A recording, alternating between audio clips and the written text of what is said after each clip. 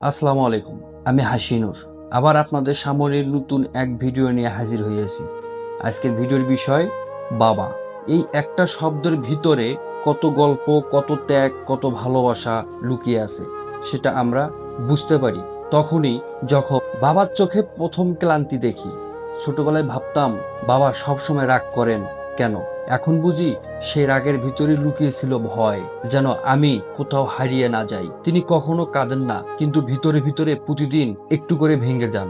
যখন আমার চাওয়া পাওয়া মেটাতে নিজের চাওয়া ভুলে যান, বাবা কখনোই বলেন না আমি তোমায় ভালোবাসি, কিন্তু প্রতিদিন সকালবেলা ঘর ছেড়ে বেরিয়ে যাওয়ার সময় তার সেই একটুখানি তাকানোয় লুকিয়ে থাকে পৃথিবীর সবচেয়ে গভীর ভালোবাসা।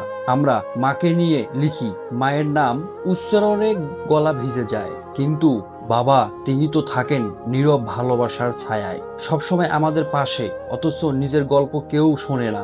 আজ যদি তোমার বাবা জীবিত থাকেন, একবার গিয়ে বলো হাসি, কারণ একদিন হয়তো সেই মানুষটা থাকবে না, রয়ে যাবে শুধু তার রেখে যাওয়া শব্দ বা গন্ধ, আর তোমার বুকের ভিতরে নরম এক শূন্যতা। এখন আসুন সবাই মিলে বলি, বাবা তুমি আমার প্রথম নায়ক, আমার ভরসা, আমার নিরাপদ আশ্রয়। তুমি না বললেও যা করেছো সেটাই পৃথিবীর সবচেয়ে সুন্দর ভালোবাসা। তাই এক কথায় বলি, বাবা নামের লোকগুলো আমাদের মাঝে সব সময় আসল হিরো হিসেবে থাকবে। আমার আজকের এই ভিডিও যদি ভালো লেগে থাকে তাহলে আমার পেজটি ফলো করুন এবং চ্যানেলটি সাবস্ক্রাইব করুন।